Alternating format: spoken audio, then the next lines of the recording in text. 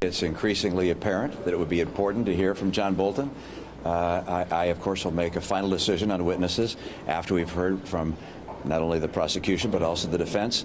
But I think at this stage it's pretty fair to say that John Bolton has a relevant testimony. I think it's increasingly likely that other Republicans will join those of us who think we should hear from John Bolton. Of course, Senator Mom Jeans would say that. Of course, Susan Collins, here she is. It is very likely that I'm going to conclude that, yes, we do need to hear from witnesses.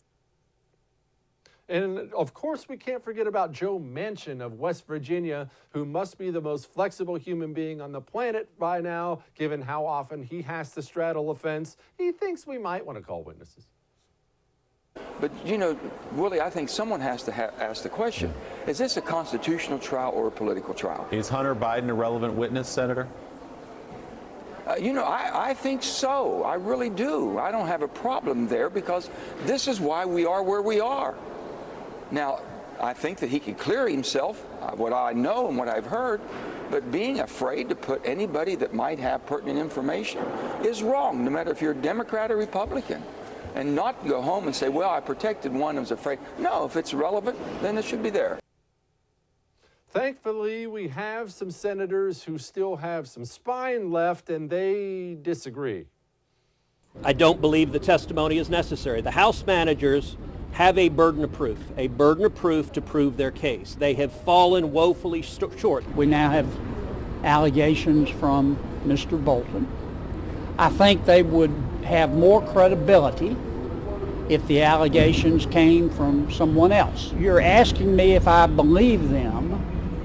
I guess my response would be I wouldn't bet my house on it. There is no new information, in my opinion, based on what John Bolton has known, but today, in an effort to generate interest in a book, they have selectively released information that to me doesn't go beyond what we have seen in the 17 witnesses who've already testified. White House counsel has put that entire conversation by each one of the witnesses together and have disproven all the innuendo and gossip that the House managers based their case on. The House chose not to pursue witnesses that were available to them.